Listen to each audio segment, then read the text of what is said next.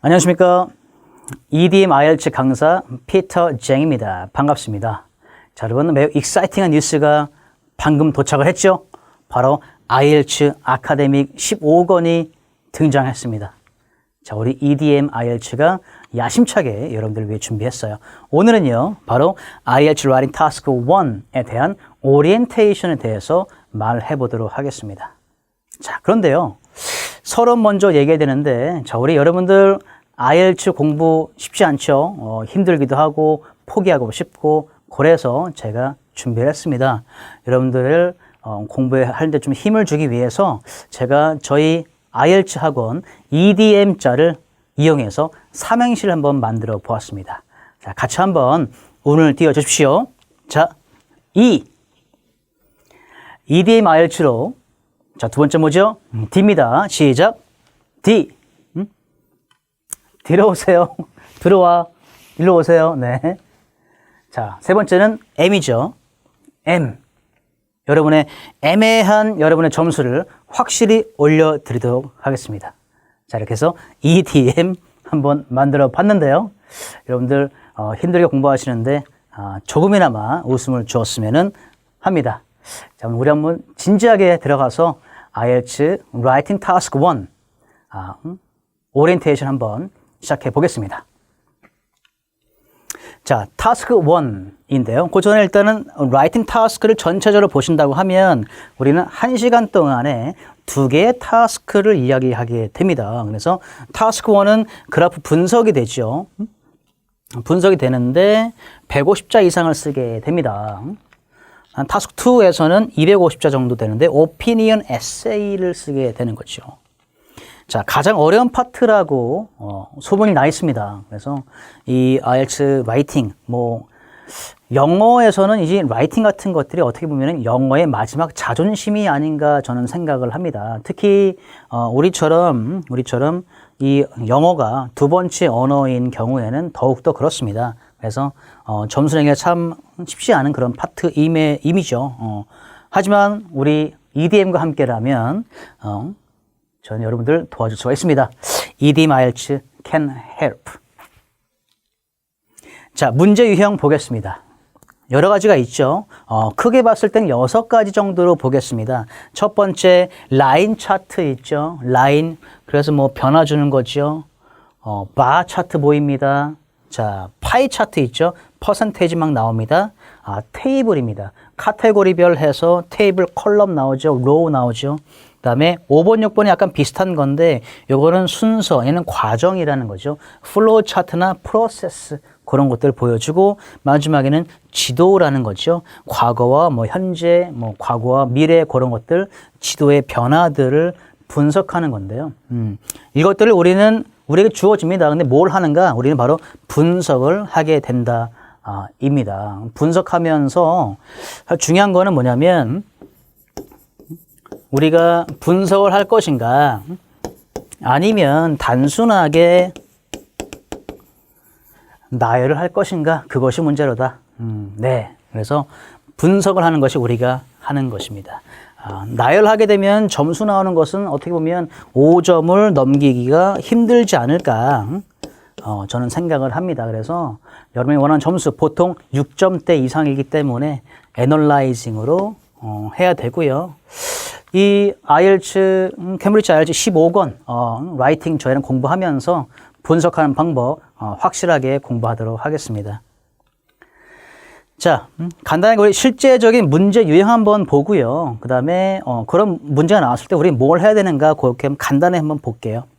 자, 문제 유형 나오게 되면 타스크 1이라고 제목을 주고 20분 동안 쓰세요라고 합니다. 그런데 1시간 동안에 2개 타스크를 하는 상황에서 얘는 20분, 타스크 2는 40분 정도로 할애하는 게 좋다라고 하는데 정해진 건 없고요. 여러분이 여기서 15분 정도에 끝내서 타스크 2의 시간을 더 보내는 것도 더욱더 좋아 보이긴 합니다. 자, 문제가 나오죠. 그래프가 보여주는 것은 방문객의 수다. 어디를 방문합니까? 특별한 캐리비안 섬에 있는 그 장소에 방문하는 방문객의 수에 대한 정보인데요. 그리고 연도가 이렇게 나와 있습니다. 2010년에서 2017년 사이라고 얘기를 하죠. 얘가 주어진 문제입니다. 얘가 question이에요. question. 그리고 나서 이 나와 있는 것은 뭡니까? 얘는 여러분이 해야 되는 지시사항이에요. instruction이죠. 그래서 잘 보면 summarize information, select reporting, main feature 등등 있는데 이것이 과연 뭔가? 다시 얘기해서 주어진 문제를 가지고 우리가 무엇을 해야 하는가가 사실 관건입니다. 바로 첫 번째죠. 첫 번째 summarize information입니다. 정보를 요약하세요가 1번이에요. 가장 중요하다는 얘기죠. 데이터를 봤을 때 이것을 한 번에 요약하는 것이 1번. 요약해라. 바로 얘는 결론 부분이죠. 다시 얘기해서 데이터를 한마디로 표현하는 겁니다. 그래서 이야기를 막 하고 결론 부분인데 이렇다. 사실 얘가 첫 번째로 나왔다는 것은 포맷 같은 데 있다가 얘기하겠지만은 맨 마지막으로 보내는 것보다는 포맷 이 라이팅 상에서 상단 부분에 나오는 것이 바로 이 서머리라고 보시면 돼요. 중요합니다. 두 번째로 보시게 되면 골라라, 리포트해라, 뭐를 메인 피처를 합니다. 이런 것들은 바로 본론 부분에 이야기를 쓰게 되겠죠. 그 다음에 중요한 포인트를 잡게 되는 거고요. 다음 comparison 해라 하죠. 바로 뭡니까? 비교 대조를 해라라는 거죠. 비교 대조는 말 그대로 뭐가 더 크다, 뭐 more than 뭐 그런 걸 붙여가면서 이야기를 하게 되는 거죠. 대조는 말 그대로 뭐 in contrast, 뭐 however 뭐 그런 것들 얘기하면서 어떤 표현들이 나올지는 우리 캠브리지 15권을 같이 공부하면서 여러분 숙지해 주시기 바랍니다. 이렇게 해서 전체적으로 우리가 할 것이 나와 있고요. 어떻게 써야 되나요? 했습니다. 이것은 바로 포맷을 알아봐야 되겠죠. 포맷. 바로 쓰는 순서입니다. 그래서 서론 있죠. 서론, 오버롤. 자, 이것은 바로 아까 얘기했었던 summary 파트예요. summarize information. 제가 결론 부분이지만 맨 마지막에 들어가지 않고 이쪽 상단부에 들어온다는 것은 중요하기 때문에 그렇습니다. 그 다음에 body 1, 2 이렇게 진행이 되는데요. summary에서는 일단은 paraphrase question 하죠. 주어진 문제를 갖다가 내가 쓴 것처럼 다시 쓰게 된다. 자, 두 번째 전반적인 또는 가장 두드러진 트렌드가 썸머리가 된다라고 볼 수가 있고요. 여기서는 숫자나 피겨 뭐 자세한 것들은 들어가지 않으나 큰 트렌드가 보여진다는 거죠. 그 다음에 바디 1에서는 가장 두드러진 데이터 플러스 디테일, 바디 2에서는 남은 부분들의 설명이 필요한 파트를 얘기를 하게 되는 거죠. 자, excuse me, 죄송합니다. 그 다음에는 이제 글자 수를 한번 얘기를 해볼게요. 서론에서는 20자, 썸머리 20자, 그럼 40자죠? 그 다음에 바디 1에서는 60자씩입니다. 이 글자 수를 봤더니 좀 이해가 안 됩니다. 여러분들 보통 영어를 우리가 한 문장을 쓴다면 보통 12자 정도가 매우 단순한 문장으로 생각을 합니다. 12자 정도인데 거기서 조금만 플러스해서 하기 때문에 약간의 부연 설명 정도로 추가를 시켜주면 좋고요. 그 다음에 60자 같은 경우는 뭐 문장 개수를 봤을 때는 5개 정도, 6개 정도로 예상을 하시면 됩니다. 따라서 총 했더니 160자 정도가 나오죠. 그래서 최소한 150에서 200자 정도로 맞춰주시는 게 매우 이상적인 단어 개수입니다. 문장 개수를 봤을 때는 한 문장, 네 문장. 그래서 총 10문장이면 IELTS Writing Task 1은 끝낼 수 있다라는 그렇게 끝이 보인다라는 생각을 하면은 우리가 접근할 때 더 쉽지 않을까 생각이 됩니다. 자, 간단하게 팁을 알아볼게요. 자, 초반에 말씀드렸던 것처럼 IELTS Writing Task 1은요. 우리가 데이터를 봤을 때 종류가 많이 있었죠. 라인, 뭐 파이, 바 등등등 있습니다. 우리가 애널라이징 할 것이냐, 리스팅 할 것이냐. 리스팅은 안 돼요.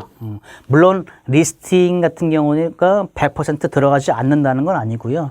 리스팅이 들어가기도 합니다만 우리는 분석을 주로 해야 된다. 그러면은 나열과 분석의 차이는 뭘까? 나열은 나열하는 거지만 분석은 분석 안에 비교, 대조 그런 것들이 얘기가 들어가게 되겠죠. 그리고 어떤 숫자를 간접적으로 표현할 수도 있겠습니다.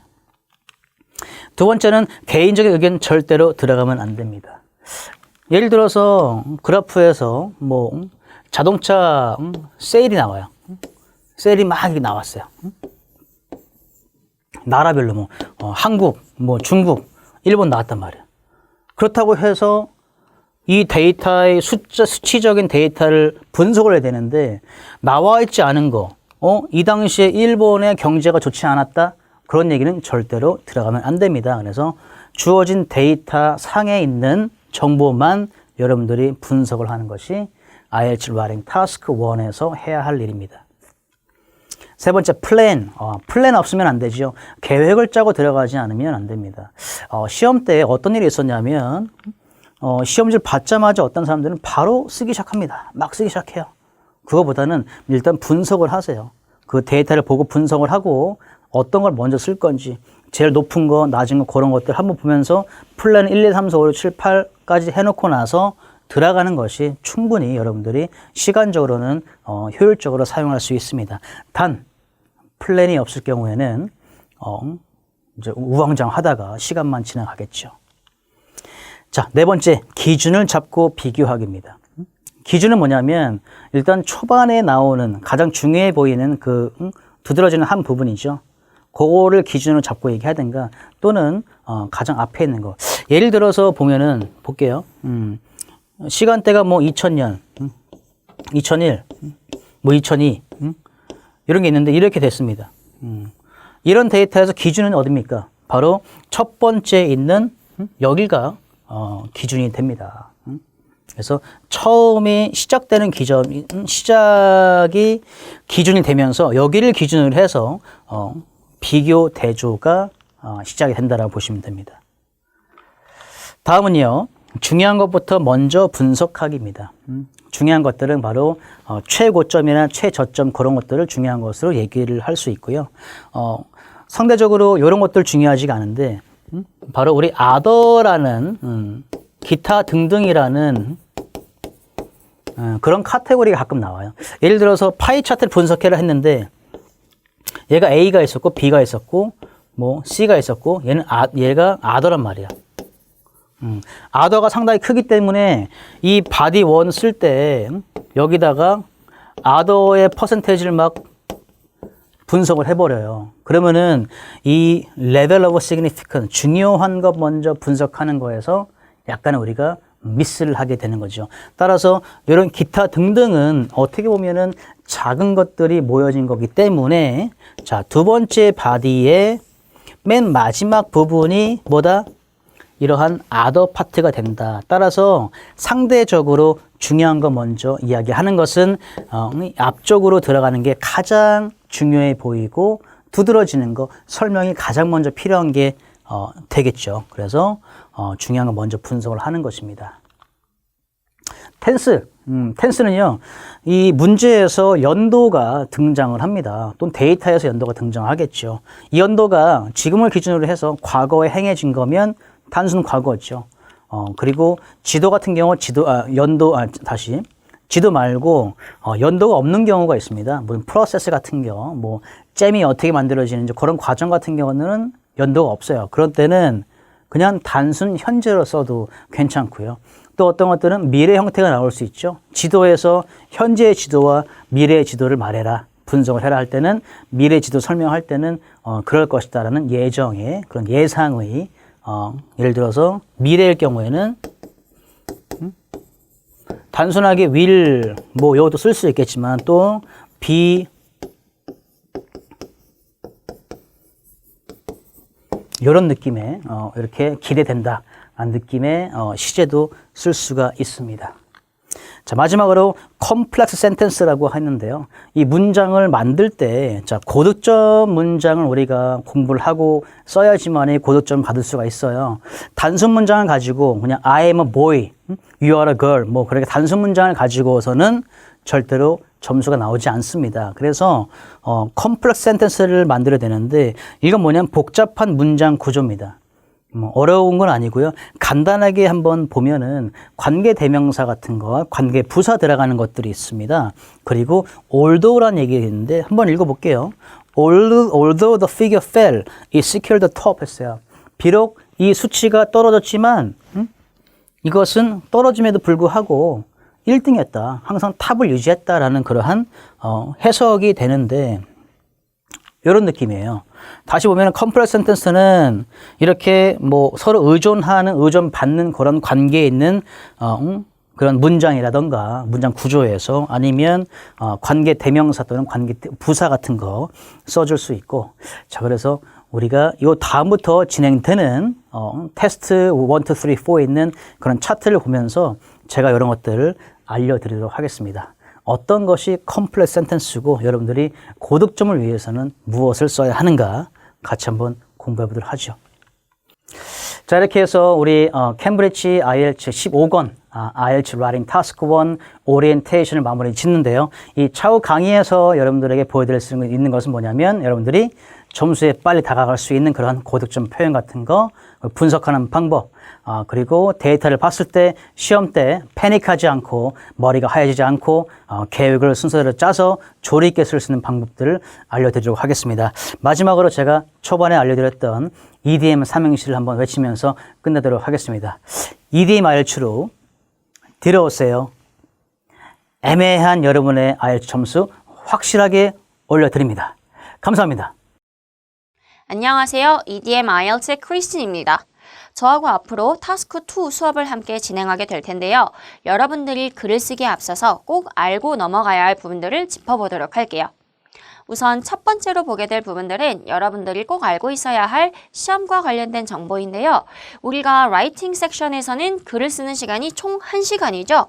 그런데 우리는 그 1시간 동안 2개의 글을 써야 하죠. 하나는 보고서 유형이고 하나는 저하고 함께 할 타스크2 논설문 유형인데요. 시험 주관사에서는 타스크2를 작성할 때 1시간 중 40분 정도를 써라 라고 추천을 하고 있습니다. 그리고 글을 쓸 때 여러분들 항상 본인의 아이디어를 표현을 하고 그리고 정당화시키면서 논설문을 꾸려가셔야 하고요.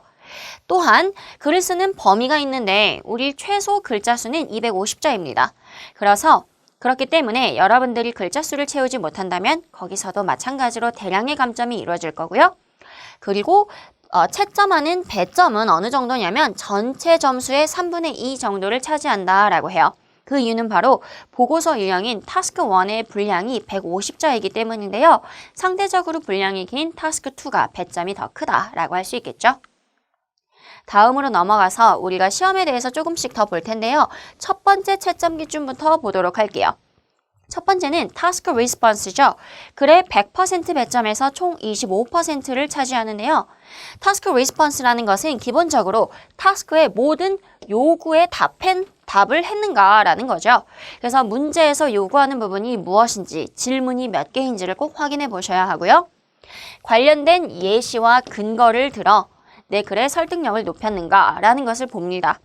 여러분들 글을 쓸 때 주의해야 될 점은 자신의 경험, 그리고 어떤 알 수 없는 연구기관의 조사 결과 이런 것들을 쓰면 안 됩니다.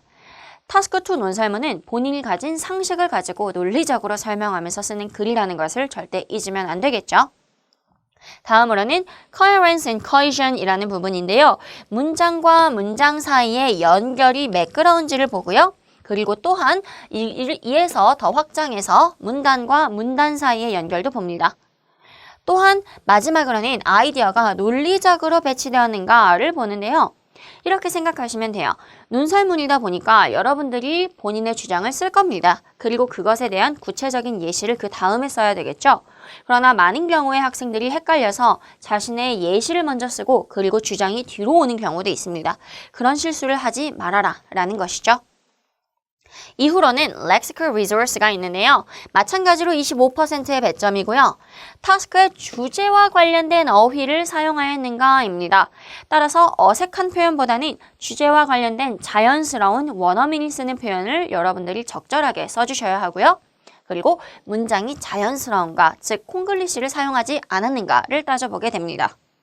마지막으로는 문법과 그리고 정확도를 따져볼 텐데요. 첫 번째로는 문법적인 실수가 있는가 가장 기본적으로 따져보고요.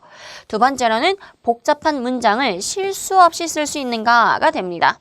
따라서 종속절이 제대로 사용이 되었는가, 가정법을 제대로 사용하고 있는가 이런 것들을 따져보게 되고요. 그리고 다양한 문법, 수동태, 관계대명사, 종속절 등을 사용할 수 있는가를 보게 됩니다. 그렇기 때문에 여러분들이 문장을 2형식, 3형식으로만 꾸미면 안 되고 그리고 다양한 문법을 사용해서 어휘와 그리고 뉘앙스 이런 것들을 적절하게 조절해 줄 수 있어야 합니다. 여기까지 채점 기준을 봤고요. 다음으로는 여러분과 함께 시험 유형에 대해서 하나씩 살펴볼 텐데요. 여러분들 여기 상단에 보시다시피 7 types라고 하죠. 총 IELTS 타스크 2 유형에는 7개의 유형이 있고요. 그 중에서 가장 대표적으로는 우리가 찬반 유형을 볼 수 있겠죠. 근데 요즘의 찬반 유형에서는 to what extent라고 하는 어느 정도까지 라는 표현이 추가가 되기 때문에 여러분들이 강하게 동의하는지 또는 강하게 반대하는지, 부분적으로 동의하는지 또는 부분적으로 반대하는지 여부를 꼭 기술해 주셔야 되고요. 두 번째로는 discuss both views and give your own opinion 이라고 해서 서로 상반되는 양측의 견해를 논하면서 동시에 여러분의 의견 또한 달아주셔야 됩니다. 세 번째 유형은 장단점 유형이라고 할 수 있겠고요. 어떤 논제를 던져놓고 그것의 장점과 단점이 무엇인지 논의해야 하고요. 그리고 여러분의 입장에서는 장점이 큰지 또는 단점이 큰지를 기술해 주셔야 합니다. 네 번째, The level of crime has increased markedly in recent years 라고 해서 예제를 하나 보고 있는데요. 최근에 범죄율이 증가했다 라고 하죠. 이 부분이 바로 problem의 부분이 됩니다. 그리고 뒤에 what can be done, 무엇을 할 수 있을까요? 라고 해요. 그래서 이 문제를 해결하기 위해 할 수 있는 게 뭐죠? 라고 하는 것은 바로 solution이 됩니다. 그래서 해당 유형은 problem and solution 유형이다 라고 할 수 있겠죠. 그리고 그 다음에는 causes and effects에서 어떤 문제의 원인과 그에 따른 영향을 논의해라 라고 합니다. 그래서 이런 두 개가 IELTS 타스크 2에 전통적으로 많이 나왔던 유형이다 라고 하는데요. 요즘에는 글이 자주 나오지 않죠. 그 이유는 바로 여러분들 cause and solution 유형이라는 것이 만들어졌기 때문이죠. 기존에 있었던 problem solution 유형과 cause and effect 유형을 합쳐서 만든 새로 나온 유형이 cause and solution입니다. 우리 사회에 만연한 문제의 원인과 그에 따른 해결책을 논의하세요 라고 하는 유형이 되겠고요. 여러분들이 집중적으로 공부해야 하는 건 이 유형이 되겠죠. 그리고 요즘에 또 자주 나오는 유형이 하나 더 있습니다. Direct question 유형이라고 하는데 기본적으로 문제의 구조는 Why is that? 이유를 물어봅니다. 그리고 Is it a positive or negative development? 해서 긍정적인 변화입니까? 또는 부정적인 변화입니까? 긍정과 부정을 논하게 됩니다. 그래서 여기서 주의할 점은 development는 change의 개념이라는 거 꼭 기억해 주세요. 그래서 긍정적인 발전이 아니라 변화라고 해석을 하셔야 됩니다. 다시 한번 정리할게요. 요즘에 자주 나오는 문제는 discuss 유형, 찬반 유형, 그 다음에 cause and solution 유형, 마지막으로 direct question 유형이다 라고 할 수 있겠습니다. 네, 그럼 여러분들이 시험을 보면서 꼭 유의해야 할 점들을 함께 살펴보도록 할게요. 가장 처음으로는 단락을 구성하는 것인데요. 글을 쓸 때는 문장과 문장을 연결시켜서 여러분들이 단락으로 글을 써주셔야 하고요. 그리고 또 하나 주의할 점은 단락의 전환이 일어날 때 꼭 한 줄 띄워주셔야 합니다. 예를 들면 서론을 다 썼습니다. 그 이후에 본론을 써줄 때는 한 줄 띄고 본론을 시작해 주셔야 해요. 그래야 단락 간의 경계가 명확하기 때문이죠. 그 다음으로는 Make sure you write more than 250 words for task 2라고 해요. 글자 수를 꼭 채우는 것입니다. 그런데 여러분들이 이 부분에 대해서 걱정을 하다 보면 하는 실수가 바로 글자 수를 세면서 시간 낭비하는 것인데요. 글자 수를 쓸 때는 단어 하나하나를 세는 것이 아니라 문장 개수 곱하기 10을 해보시면 되고요. 이런 작업은 글을 다 쓰고 나서 해도 충분하기 때문에 글을 쓸 때는 온전히 글을 쓰면서 문법 실수나 단어의 사용에 유의하도록 하세요. 그 다음 마지막으로는 축약형을 쓸 수 없습니다. 그래서 여러분들이 자주 쓰는 잘못된 표현이 can't라는 표현이 있죠. 우리 글을 쓸 때는 can't라는 표현을 쓰면 안 되고 cannot라고 풀어 써주셔야 되죠. 그 이유는 바로 논설문은 딱딱한 형식을 갖춘 글이기 때문이죠. 그래서 여러분들 습관이 되었더라면 글을 쓸 때는 조금 더 신경 써서 모든 단어를 다 풀어 써주시면 됩니다. 그리고 이제 repetition of the same word라는 문제를 보게 될 텐데요. 만약에 여러분들이 school이라는 단어를 많이 썼다라고 한다면 institute 정도로 바꿔주시는 게 좋겠죠? 그래서 단어를 다양하게 쓸 수 있도록 많이 여러분들이 연습을 해보셔야 하고요. 그리고 또한 우리가 하면 안 되는 것은 바로 슬랭을 사용하는 거죠. 회화체를 절대 사용하시면 안 됩니다. 격식을 갖춘 표현을 더욱 많이 사용하도록 연습하셔야 되겠고요. 그리고 문장의 서두에는 so now anyway but because라는 표현들을 쓸 수 없습니다. 그래서 여러분들이 이런 표현들을 대체하기 위해서 어떤 표현으로 써야 하는가라는 것을 저하고 함께 수업에서 살펴보도록 할게요. 그러면 우리 오리엔테이션은 여기까지 하도록 하고요. 첫 번째 테스트를 풀면서 함께 아이디어도 살펴보고 앞으로 어떻게 글을 써야 하는지 전반적으로 배워보도록 할게요. 그럼 오늘 수업은 여기까지 하도록 하겠습니다. 수고하셨습니다.